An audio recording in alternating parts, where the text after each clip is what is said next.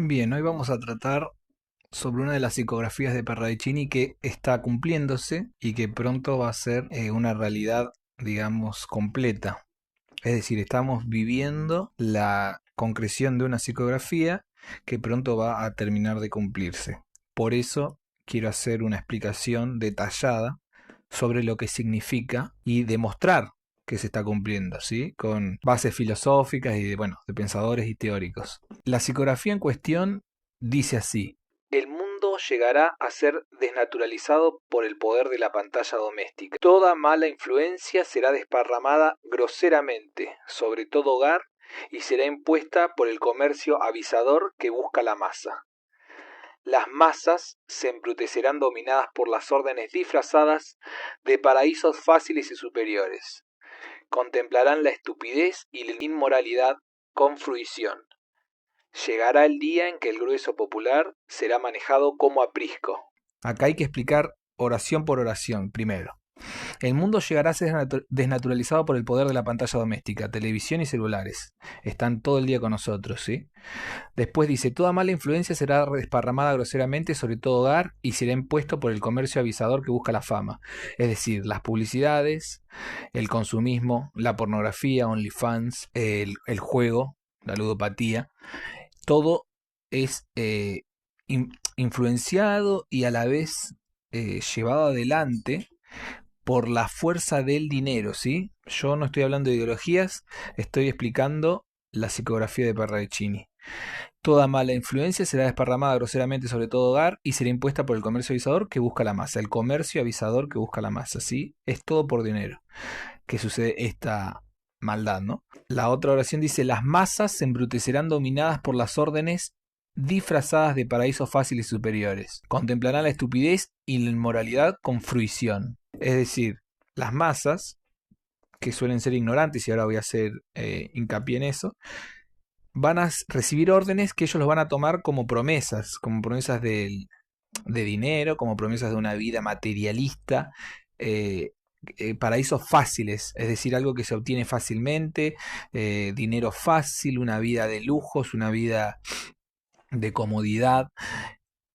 Y dice que contemplarán la estupidez y la inmoralidad, es decir, la estupidez por un lado, que son, bueno, las ficciones en general, que son estúpidas últimamente, que son historias fantasiosas que la gente continuamente se crean fandoms de un montón de ficciones, de dibujitos, de anime, de series de televisión, de libros, de todas cosas alejadas de la realidad porque la gente escapa de la realidad. Eso sería la estupidez por un lado. Y después la inmoralidad, bueno, obviamente la pornografía es la inmoralidad más grande. No es la única. Ya saben que el progresismo en sus nuevas series, en sus nuevas películas últimamente cada vez son más inmorales, ¿sí?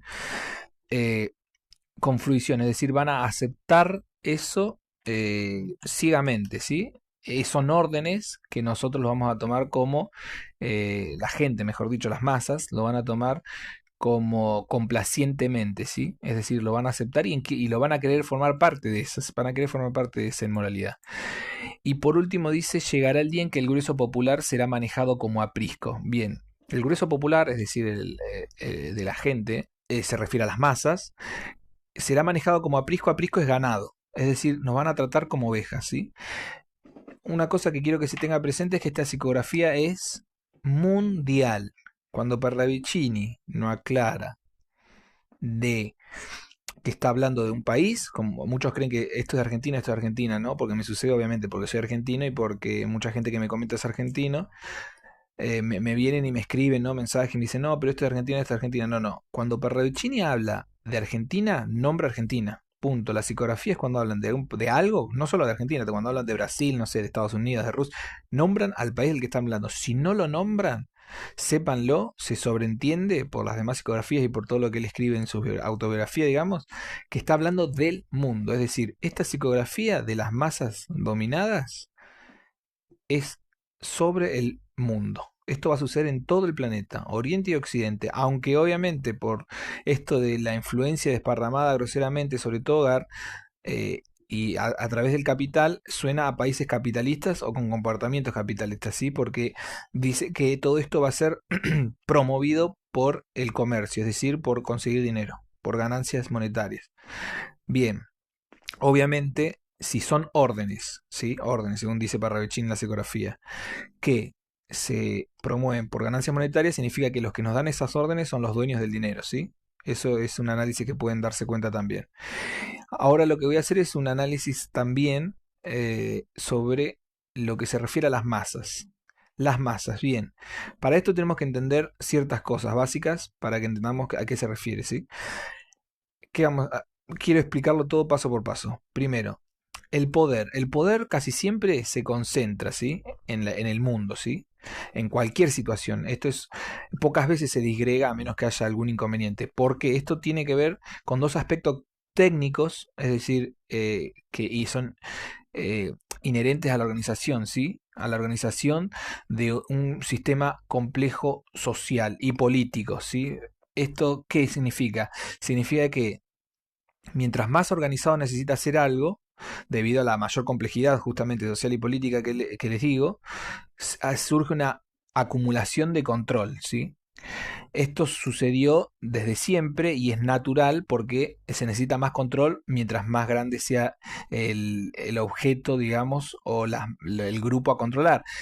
Por ejemplo, ¿no? Para que entiendan que no tiene nada que ver con dominación o no. Es algo inherente del poder. Fíjense que las aldeas, las tribus pasaron a ser aldeas, ¿sí? Las aldeas a ciudad-estado, después aparecieron los reinos, el feudalismo, luego los imperios, después actualmente o cerca de la actualidad llegaron las naciones y por último las organizaciones supranacionales que buscan agrupar a todas o a varias, perdón, naciones, ¿sí? Como la ONU, la OMS, la OMC, la Unión Europea, el Mercosur, NAFTA, etcétera. ¿Esto qué es? Esto se debe a que mientras más grande sea el grupo a controlar, se necesita centralizar el control, ¿sí? Y por lo tanto, centralizar el control se traduce en centralizar el poder, porque ese control lo tiene que ejercer alguien. Hasta ahí es algo natural, digamos, natural de una organización humana. El problema surge con el tercer factor, ¿sí? Que es un defecto humano. El tercer factor es la ambición. Es muy tentador justamente formar parte de esto. ¿Por qué? Porque si aumenta el control, aumenta el poder. Y la gente ambiciosa o el defecto humano de la ambición genera que uno quiera más poder.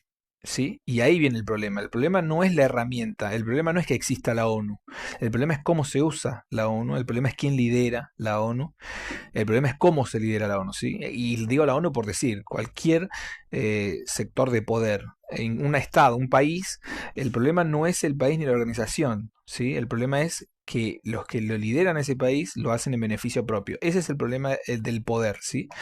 Que no se corrige porque es un defecto humano, que es la ambición, ¿sí? Entonces, la conclusión que llegamos es que no existen voluntades nacionales, voluntades supranacionales, no existe la voluntad de, por ejemplo, Argentina, ¿sí? No existe la voluntad de la ONU. No existe. Existe la voluntad de la persona que está liderando en ese momento Argentina y en ese momento la ONU, las personas que estén liderando en ese momento la ONU, ¿sí? Es decir, solo existe la voluntad de los poderosos que persiguen sus intereses, ¿sí? Por eso existen las guerras, por eso sucede todo. Entonces, utilizando este medio, ¿sí? Que son las instituciones privadas, gubernamentales, los estados, las organizaciones supranacionales, los poderosos se perpetúan en su liderazgo y buscan cada vez más poder. Esto genera, bueno, ya lo vimos con la globalización, cada vez más concentrado el poder incluso, porque la globalización lo que busca es unificar al mundo para claramente ejercer después un dominio mundial. Cada vez son más pocos los humanos que tienen ese poder total, digamos, ¿no? Y son pocos no por su número, que es poco, sino porque, ni tampoco por sus capacidades, prestigio o otra razón, porque justamente ellos lo decidieron así, son elites que son grupos, ya saben ustedes, ¿no? Grupos que vienen de hace siglos, familias, sociedades secretas, que no tengo que ni mencionarlo, ustedes ya lo saben. Parravicini también lo da a entender, pero nunca las menciona directamente, pero las da a entender. Que están acumulando poder generación tras generación, ¿sí? Y a su vez usan a los elegidos por las masas, que vendrían a ser a los líderes políticos, los visibles, para manipular a las masas. Estos elegidos por las masas necesitan responder a ellos, ¿sí? Los poderosos necesitan que estos líderes, los presidentes, por ejemplo, los diputados, los senadores, respondan a ellos. Hay dos formas. La primera forma, obviamente, es el dinero, que es la corrupción, que existe en todo el mundo y todos lo saben. Pero también la segunda forma es manipulando a las masas, que las masas elijan a los líderes que ellos quieran. Y acá es donde radica el nudo de toda esta psicografía, ¿no? Las masas son fácilmente manipulables hoy en día por aquellos individuos que fueron elegidos por ellos.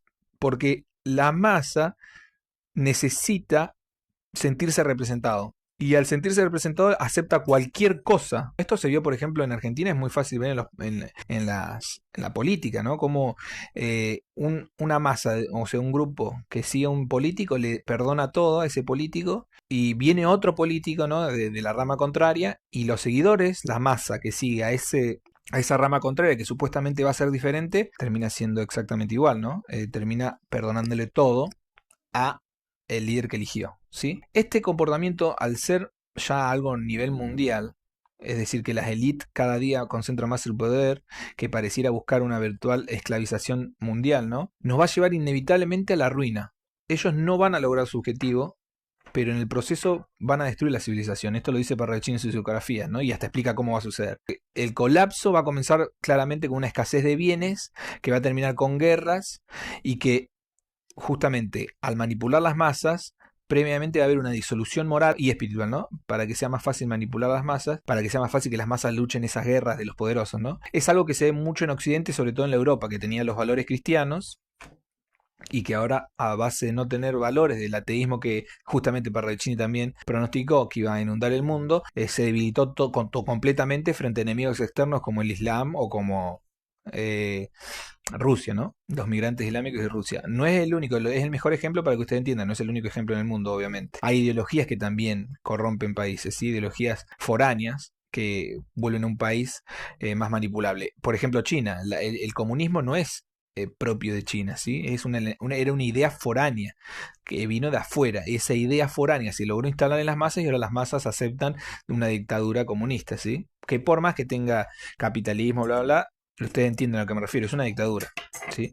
Entonces, vamos a ahondar quiénes fueron los que dieron teorías sobre esto, ¿sí? Pensadores que dieron teorías sobre lo de las masas, ¿sí? Para que vean que esto que Parravicini explica ya se ha pensado y claramente tiene una base real, teórica y práctica, pero vamos a ver la teórica, ¿sí? La teórica, vamos a nombrar primero a Gustave Le Bon, José Ortega y Gasset y Sigmund Freud. Gustave Le Bon dice en La psicología de multitudes de 1895 que las multitudes son fácilmente influenciables. Pueden ser manipuladas por líderes carismáticos, ¿sí? Se basa en los líderes carismáticos en este aspecto particular, que entienden y explotan las emociones de las masas. En este contexto, la virtud individual, es decir, los valores que una persona individualmente pueda tener, quedan eclipsadas por las decisiones colectivas, impulsivas y destructivas. Es decir, una persona deja de lado sus virtudes o se ve forzada a dejarlas de lado o se ve forzada a callarlas en pos de un líder carismático. Un ejemplo es los alemanes que no eran nazis, que tuvieron que acallar sus opiniones, oírse o lo que sea, ¿no? Porque el líder carismático ordenaba una cosa que estaba en contra de estas personas que no eran nazis, ¿no? Pero tenían que obedecer o irse, ¿sí? Es decir, acallar la virtud propia en pos del líder. Esa es una forma de manipulación de masas. José Ortega y Gasset, que para mí es el mejor de todos, hay más pensadores, pero para mí es mejor porque nunca se superó esta teoría. En La rebelión de las masas, de 1930, el libro, él dice que ya especifica que existe el hombre masa. Él ya pudo vislumbrar que hay un hombre masa, es decir, entre comillas, ¿no? O ya una calificación así de un tipo de persona. El hombre masa no se rige por principios elevados o sentido de responsabilidad individual o valores, solamente se conforma con lo que la mayoría acepta sin cuestionar. Bien, y acá ustedes dirán, bueno, pero la mayoría es la democracia. No, la mayoría en la que él se sienta representado. Por ejemplo, un grupo de, otra vez quiero dar ejemplo de Argentina porque es el que más fácil me resulta, ¿no? De cierta rama política, solamente va a aceptar lo que la mayoría del grupo al que él crea que pertenece acepte. Todo lo demás lo cuestiona, ¿sí? Y lo peor de todo es que eso que acepta lo acepta sin cuestionar. Muchos dicen fanatismo. No, fíjense que no es necesariamente fanatismo. Es una comodidad directamente. Es una conformidad. Ni siquiera es fanático de esas ideas. Pero lo acepta porque ve que su grupo, en el que él se siente representado, no es su grupo necesariamente, pero en el que... Y los poderosos a su vez hacen uso de esta psicología del hombre masa para manipular justamente a sus seguidores, ¿sí? La paradoja acá radica en que la capacidad de juicio y la excelencia individual son sacrificadas en el altar de la conformidad social, ¿sí?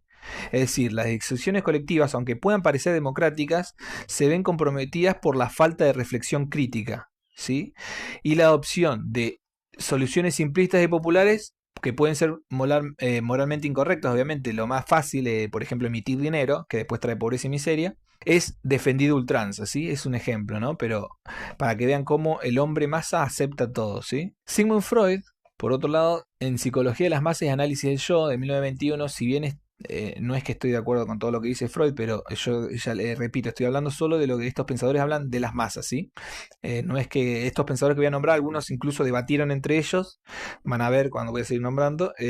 Lo que quiero decir es que no es que estoy de acuerdo con tal o cual pensador, sino hablo solo cuando hablaron de las masas y van a ver que coinciden casi todos. Freud explica que en el contexto de la masa, o de una masa de individuos, los individuos pueden participar en actos que de otro modo considerarían inmorales si actuaran solos. Esto ya hay sobra evidencia de experimentos ustedes lo habrán visto no sé, en las redes sociales que vean, que ustedes usualmente vean, cómo hay experimentos de personas que no hacen algo que parece malo individualmente, pero cuando ponen a gente que son actores a hacer eso malo, o no es necesariamente malo, pero puede ser algo que no tiene sentido, como hacer una fila a la nada, vieron que hay mucho de eso, que son todos actores, al ser tanta gente, la mayoría de los individuos, no todos, pero la mayoría de los individuos pierden su capacidad personal, que diría acá Freud, del super yo individual, y se ponen a hacer lo que las otras personas, los actores en este caso de estos experimentos sociales, hacen. Esto, según Freud, esto se debe a la pérdida del super yo individual sustituido por una moralidad colectiva. ¿Sí? Una moralidad colectiva que puede justificar cualquier tipo de acción, incluso las destructivas. Es decir, una multitud de individuos buenos puede cometer actos malvados, ¿sí?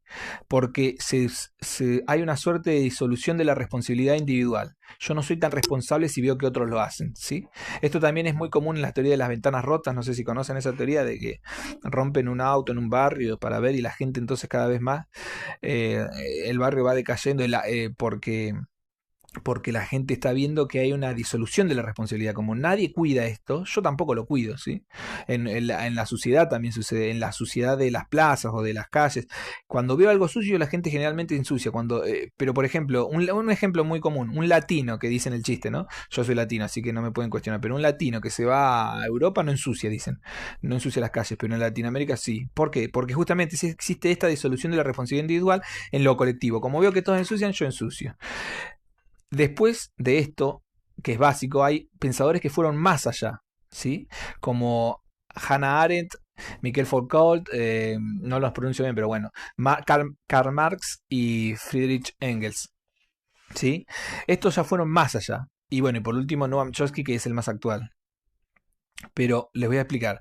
Hannah Arendt dice en Los orígenes del totalitarismo de 1951 las masas manipulables que surgen en situaciones de aislamiento y atomización social, ¿sí? Es decir, donde los lazos tradicionales se han roto, cuando la sociedad está aislada. Este aislamiento hace que las personas busquen pertenencia y significado en movimientos de masas, haciéndolas más manipulables. Esto se ve hoy porque la competencia, el capitalismo, sobre todo las redes sociales, no tanto el capitalismo, las redes sociales, la globalización, hace que la gente esté en contacto, entre comillas, pero en realidad aislada.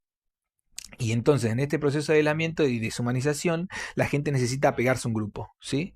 Como hay toda una estupidez moral omniabarcante, digamos, se pierde la capacidad de juzgar correctamente qué es lo correcto y qué no, de empatizar con otros humanos, porque uno ve que uno ve mucha maldad en ciertos lados, entonces es difícil empatizar.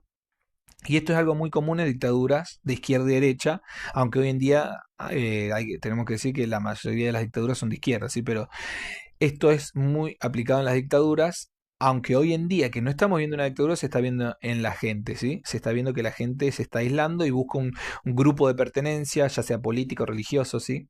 Michel Foucault en Vigilar y Castigar de 1975 y en Historia de la Sexualidad de 1976 aborda también lo de la manipulación de las masas, pero ya desde la perspectiva del poder y la disciplina, ¿sí? Esto es muy del siglo pasado, digamos, porque en el siglo pasado era el deber, digamos, ¿sí? Hoy en día ya estamos más bien ya no es en el deber, sino en la autoexigencia, pero en el siglo pasado todos teníamos que hacer algo, o sea, la sociedad humana, me refiero a las masas, según lo que estaba prescripto para esa sociedad, ese grupo humano, ya sea para una mujer, para un hombre, para cierta edad, bien. Esto en las sociedades modernas, ¿cómo es? Se hace a través de la vigilancia y la normalización, que según Foucault lo utilizan o lo manifiestan las organizaciones como las escuelas, las cárceles, los hospitales, todo lo que sean organizaciones cerradas que controlen y regulen las masas, ¿sí? Esto se logra a través de la vigilancia, algo que estamos viendo continuamente y en los sistemas privados hoy en día en las empresas se está empezando a ver, ¿sí? La normalización, que dice este pensador, es un proceso mediante el cual las masas son inducidas a conformarse a ciertos estándares de comportamiento y pensamiento. Esta conformidad crea una mediocridad generalizada, ¿sí? De todas las personas se vuelven mediocres, donde la diversidad, donde lo distinto, la desviación, son suprimidas. Por lo tanto, todos quieren ser mediocres. ¿Para qué? Para no ser suprimidos. Suprimido no significa que te va a pasar algo malo, pero significa que vas a dejar de ser dejado de lado. Si es en una empresa, no vas a tener ascensos. Si es en una sociedad, no vas a tener la atención de otras personas. Mucha gente necesita la atención de otras personas. Entonces la gente no quiere eso, no quiere desviarse, quiere conseguir rápidamente la aprobación de otros, ya sea por un bien material o un bien espiritual, o un bien, perdón, material o mental, algo que le genere un cierto reconocimiento o placer o dinero. Entonces quiere ser mediocre, como los demás. Lo que ve que funciona, lo hace. Que lo que funciona en una sociedad así es lo mediocre. El cuestionamiento de las normas debe tener un fundamento lógico y racional. Esto lo que dice Michael Foucault es que se dejan de cuestionar las normas, ¿sí? Se ridiculiza a las voces que nos dicen que la sociedad está atravesando una debacle, ¿sí? Algo que se vio, por ejemplo, en el COVID, que había cosas que eran inconstitucionales y sin embargo se ridiculizaban las voces que cuestionaban algo que era cierto, ¿no? O sea que los estados estaban siendo, por lo menos en Argentina, sucedió que habían roto, digamos, la constitución eh, y, y esas voces eran ridiculizadas. Marx y Engels en el Manifiesto Comunista y el Capital van más allá incluso, ya ellos utilizan la manipulación de masas. ¿Por qué? Porque ellos mismos sostienen que va a haber una masa alienada fácil de manipular en un capitalismo, digamos, tardío, ¿sí? Y es cierto, como todos los sistemas económicos son perfectibles y tienen fallas inherentes al ser justamente creaciones humanas, el capitalismo no escapa a eso. El capitalismo tiene fallas, ¿sí? Y esas fallas son las que se vale el comunismo para alienar y manipular las masas. O sea, las masas ya están alienadas por esta sobrecompetencia, explotación, lo que ustedes quieran. Autoexplotación, no la sobreexplotación como ellos dicen, pero bueno, hay una explotación. Es decir, que uno se autoexplota para conseguir más. Y eso lo que genera es una masa alienada, aislada, mentalmente colapsada, que el comunismo utiliza como mano de obra para su revolución, ¿no? Que ellos llaman.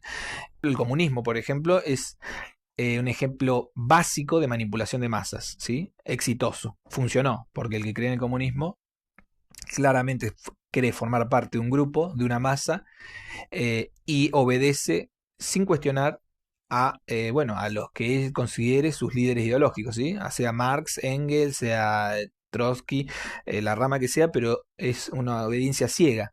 Es decir, es irónico porque ven las fallas del capitalismo, que las tiene, pero no ven las fallas del comunismo, que son gravísimas, creo que peores. Los muertos, los millones de muertos del mundo son prueba de ello, ¿no? De que el comunismo es mucho más fallido que el capitalismo en lo que se referiría a sistema humano, ¿sí?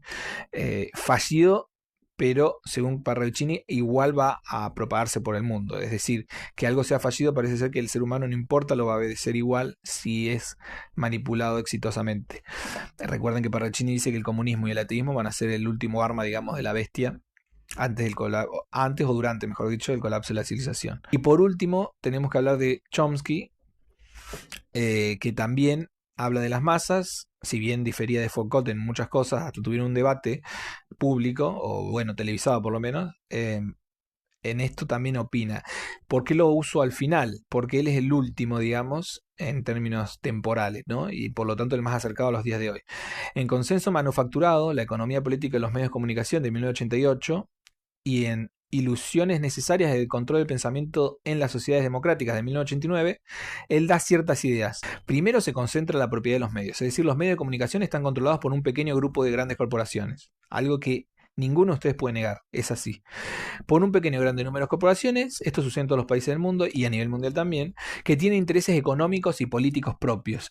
Esto se hace para mantener el control sobre la narrativa pública, ¿sí? Y proteger los intereses de las élites. Incluso hay medios de comunicación que son enemigos, pero son enemigos puestos por la élite porque ellos necesitan controlar el discurso. Esto lo vamos a ver después. La publicidad como ingreso principal. Esto tiene que ver absolutamente con lo que dice la psicografía de Parravicini.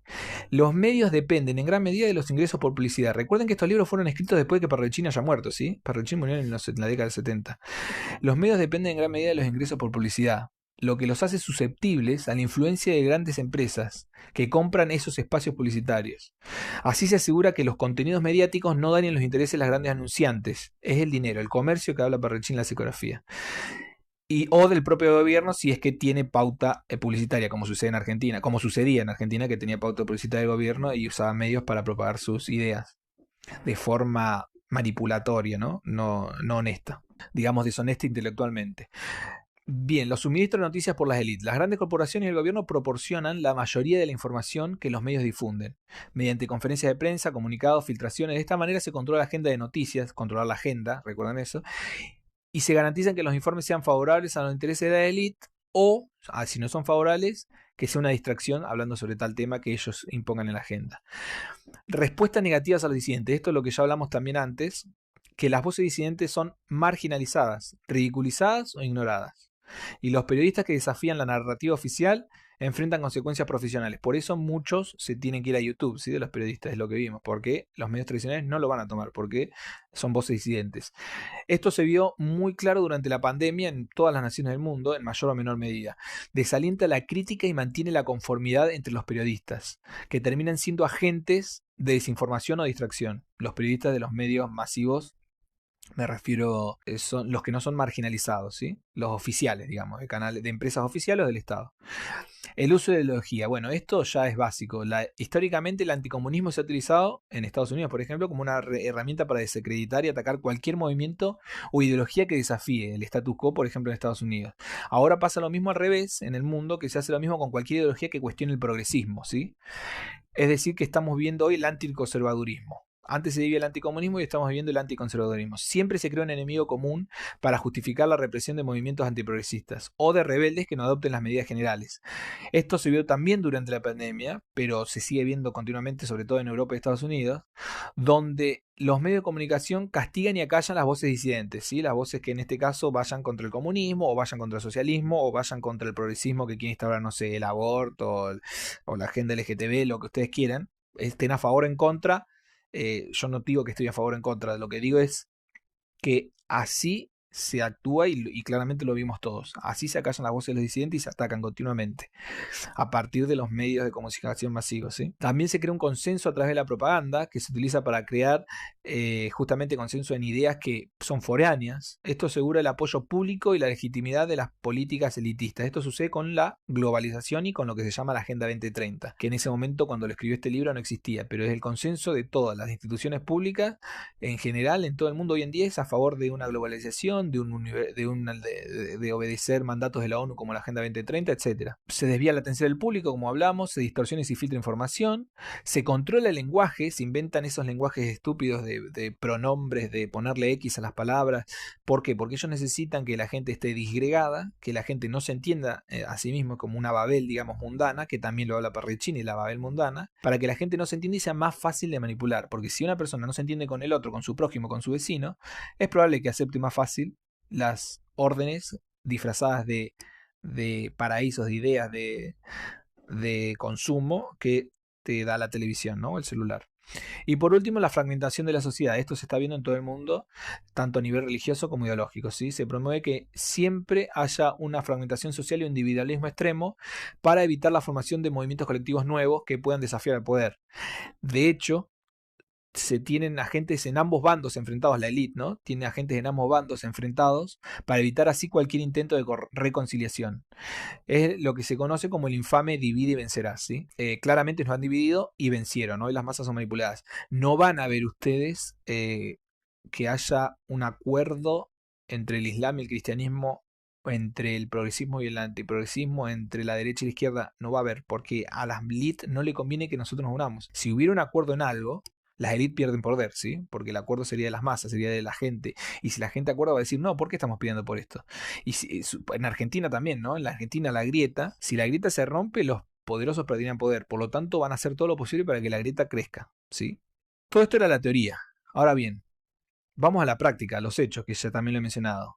Se critica al que piensa críticamente y se fomenta, mejor dicho, que tomar decisiones colectivas. Se fomenta que la democracia, que la mayoría, y aún así se toman decisiones que la mayoría no acepta y se las obliga a tomarlas, ¿no? Por ejemplo, en Argentina el aborto, si hacen un referéndum, no hubiera ganado el aborto. Ya hay millones de pruebas de evidencia de encuestas de consultoras que demostraron eso, pero no, la democracia, entonces como votan los representantes que obedecen a la élite o que forman parte de la élite, porque la realidad es que la casta es real, ¿no? Existe una casta en Argentina, por ejemplo. Lo que la élite decide, la gente lo tiene que aceptar. Esto se logra gracias al aislamiento y la atomización social de nosotros, ¿no? De los individuos que estamos debilitados. Nos buscan vaciar de contenido, nos imponen músicas, gustos, por ejemplo en Argentina centroamericana o norteamericana, alienando a las masas y debilitando nuestra defensa contra el colectivismo manipulador, ¿sí?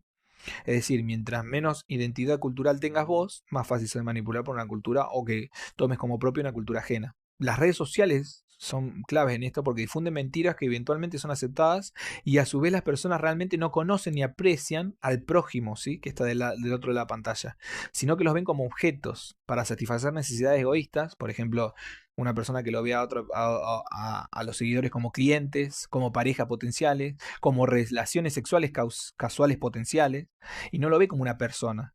O lo ve también como alguien a superar, como alguien a que le tiene envidia y quiero ser como él, pero nunca lo ve como una persona, otro ser humano que tiene sus propias penurias, sus propios sufrimientos, sus propias alegrías. Es muy difícil que las redes sociales promuevan esto, ¿sí?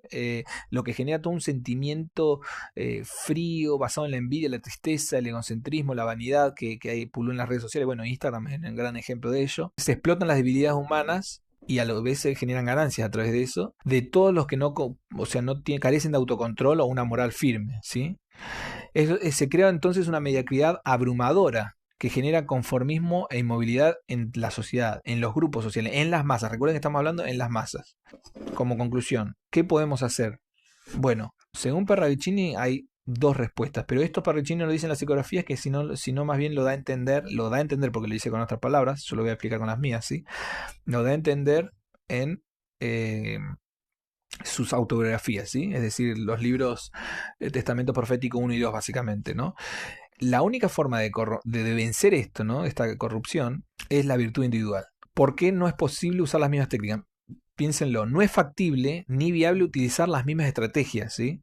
Porque estrategia engañosa de manipulación de masas, es decir, no se puede decir a la masa, bueno, manipulemos a las masas para el bien ahora, porque toda esta manipulación se basa en estrategias engañosas, corruptoras, insidiosas, que justamente explotan las debilidades humanas. Por lo tanto, su éxito radica en negar todas las condiciones positivas que nosotros queremos lograr o recuperar, ¿sí? Que serían las virtudes del individuo. Entonces, es imposible manipular a las masas para el bien porque la manipulación misma se basa en explotar las debilidades humanas, las flaquezas, los disvalores. Por lo tanto, no es posible no es posible que venga un líder, ¿sí? Que manipule a las masas para el bien. No. La única forma es la virtud. Ahora, es muy difícil acá entender qué es la virtud, ¿sí? Primero hay que entender que la mayoría de la gente, vos que estás escuchando, en general, te consideras bueno. Todos, casi todos, incluso los más locos, psicópatas, se consideran a sí mismos buenos. Ese es un problema, porque la mayoría se considera buena y cree que hace el bien, ¿sí? O que al menos no está dañando a otro. Pero en realidad uno ve los resultados de nuestra sociedad que demuestran que esto es falso, ¿sí? Es un autoengaño. Un ejemplo, defender un partido político que empobreció a tu país, ¿sí? O otro ejemplo, nada que ver, ¿no? Pero las personas que tiran semillas, por ejemplo, de manzanas, de naranjas, en, no sé, en la Patagonia, en algún lugar donde el ecosistema termina siendo destruido por esa semilla. Esa persona cree que está haciendo bien, que está haciendo crecer la tierra y en realidad está destruyendo el ecosistema con plantas invasoras, ¿sí? Eso es gente que cree hacer el bien y no está haciendo el bien. Así, infinidad de ejemplos. Esto es muy fácil de concentrar, digamos, de resumir en una frase que existe, conocida, que dice que el camino al infierno está pavimentado de buenas intenciones, ¿sí? Es decir, el camino al infierno, tanto moral, pero también material, está pavimentado de buenas intenciones. Por ejemplo, el socialismo tiene muy buenas intenciones cuando se trata sobre la sociedad o digamos las clases bajas, y esas buenas intenciones llevan a una hiperinflación y una destrucción, ¿sí? Porque como no puede financiar esas buenas intenciones, por ejemplo, ¿no? Eh, es un infierno después, el país se vuelve un infierno, ¿sí? Y si bien esto puede sonar cruel e injusto, es totalmente cierto, ¿sí? Nuestra sociedad actualmente vive en un limbo donde cada individuo cree estar haciendo lo mejor, lo correcto, pero no es así. La mayoría no está haciendo lo mejor, lo correcto, y lo vemos en la sociedad. La sociedad cada vez está peor.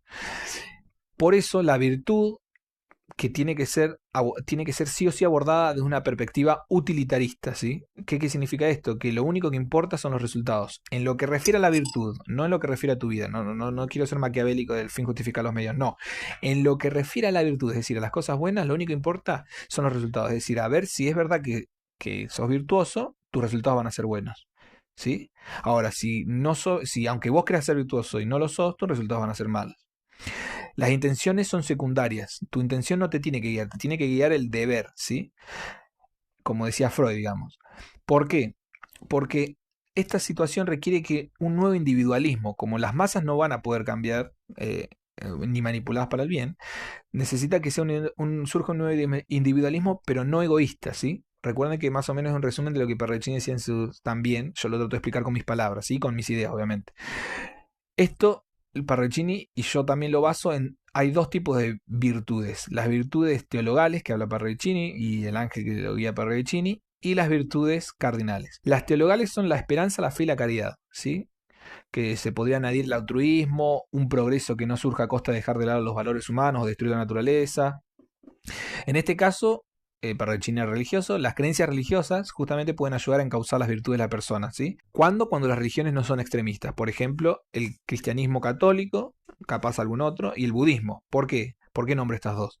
Primero porque la base de estas religiones, por más que sus seguidores no las sigan, la base de estas religiones son amar al prójimo como a ti mismo y primero en el cristianismo, ¿no? Y en el budismo, controlar los deseos. El deseo egoísta es lo que genera sufrimiento. Por lo tanto, estas dos religiones, si la gente los siguiera al pie de la letra, los religiosos serían virtuosos. Primero porque amarían al prójimo, los cristianos, y segundo, los otros contrarían sus deseos egoístas y no dañarían al prójimo tampoco, ni se dejarían ni manipular por, ya les digo, por el placer, el lujo, la búsqueda de dinero, la búsqueda de placer carnal, físico, la pornografía, ¿entienden? Si uno siguiera alguno de estos, dos valores, por ejemplo, estas dos religiones, ya sería virtuoso. Claramente nos damos cuenta que los religiosos no siguen ni siquiera los propios, en general, ¿no? No siguen ni siquiera los propios fundamentos de su fe, porque si lo hicieran, eh, serían personas totalmente virtuosas, ¿sí? Nos daríamos cuenta. Esto también es una prueba de que Parravicini de que el ateísmo va a destruir a la sociedad actual, la civilización actual, que es que justamente se vierte continuamente un ateísmo recalcitrante en todo el mundo, en los medios, en la propaganda, eh, porque necesitan que el hombre no sea virtuoso para ser más fácilmente manipulado, y a la vez se promueven religiones extremistas, ya saben. Se promueven religiones extremistas que hacen atentados, que atacan mujeres, que violan mujeres, ¿entienden? O discriminadoras, que discriminan a minorías sexuales, ¿sí? Eso es para que la gente no llegue a las virtudes, porque las virtudes lo único que puede destruir es la manipulación. Fuera de la religión, que mucha gente no va a coincidir con Parravicini, pero bueno, esto es sobre Parravicini es religioso y yo también lo soy.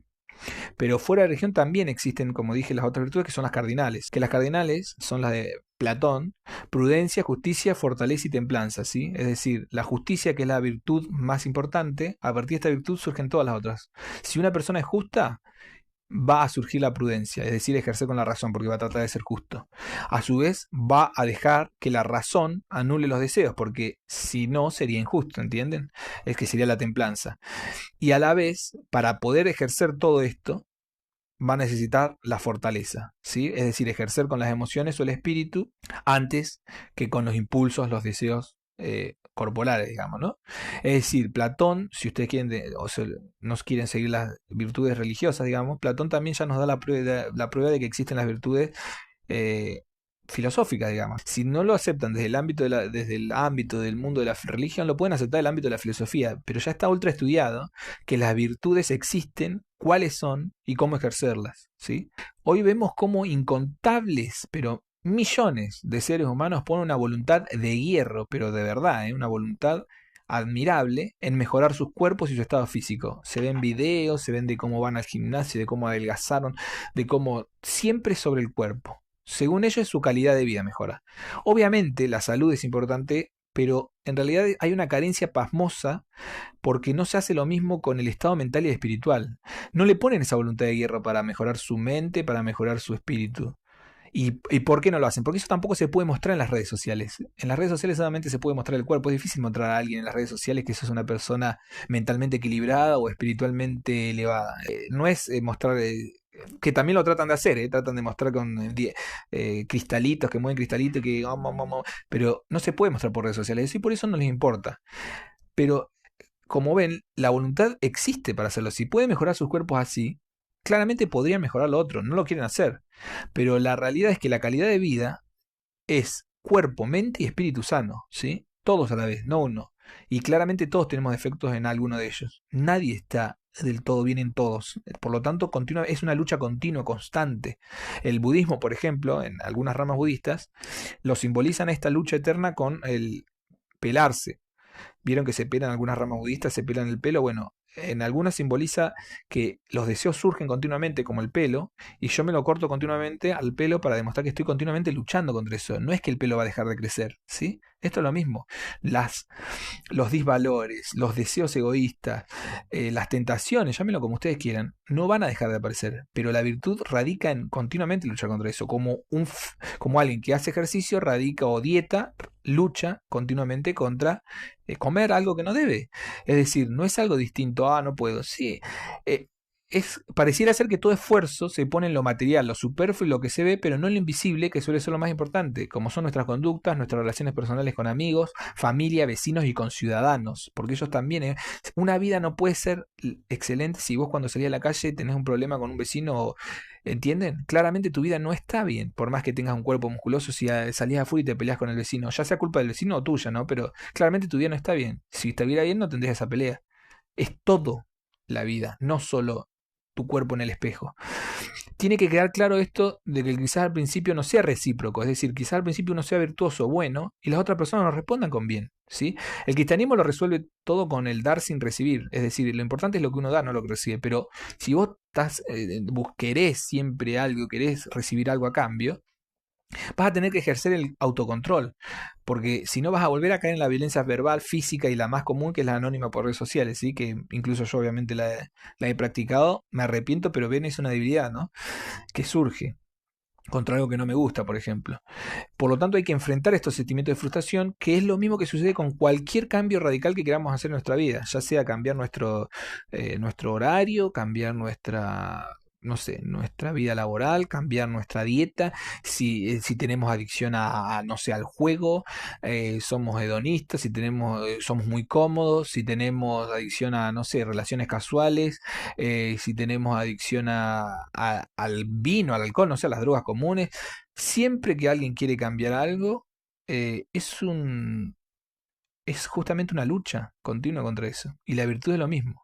Si no, la vida se convierte, para que seamos fáciles de manipular, una búsqueda constante del placer, el hedonismo, la comodidad, las relaciones casuales, la creencia de que nos podemos realizar en la vida solamente consiguiendo dinero. Y esto nos deja siempre una vida vacía, plagada de arrepentimientos y soledad. Terminamos como con un gato viviendo solo, ¿sí?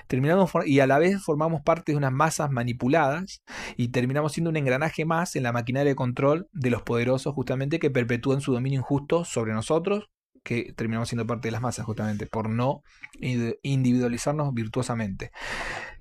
Entonces, solo mejorando nuestras conductas y renovando nuestras metas en la vida, todos lo tenemos que hacer, vamos a poder revertir la situación actual de la civilización, ¿sí? Y si no, al menos, según Parravicini, que pareciera que no, por lo menos vamos a sobrevivir, ¿sí? A su inminente colapso. Nos va a dar más oportunidad de sobrevivir al colapso que viene. Y para formar parte así de la nueva civilización. A ver, no es necesario que salvemos nosotros al mundo, pero sabemos que si el mundo se cae, todos caemos porque formamos parte de él. Es decir, si a vos y a nosotros no nos mueve, ¿no?, el amor al prójimo o la buena voluntad, ponele, el altruismo, si a vos no te mueve eso, al menos que lo haga el amor propio, la conveniencia. A vos no te conviene, a nosotros nos conviene que el mundo colapse y que caigamos como civilización al abismo. A nosotros nos conviene que la civilización continúe y que no sea destruida por crímenes, disgregación, hambre y guerras, como Parravicini nos dice.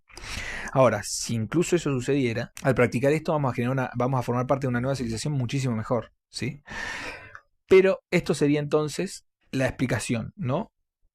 Lo vuelvo a leer para que les quede en la mente, porque me fui mucho de tema, pero para que queden recordando la psicografía de Parravicini, ¿sí? La vuelvo a leer. El mundo llegará a ser desnaturalizado por el poder de la pantalla doméstica. Toda mala influencia será desparramada groseramente sobre todo hogar y será impuesta por el comercio avisador que busca la masa. Las masas se embrutecerán dominadas por las órdenes disfrazadas de paraísos fáciles y superiores.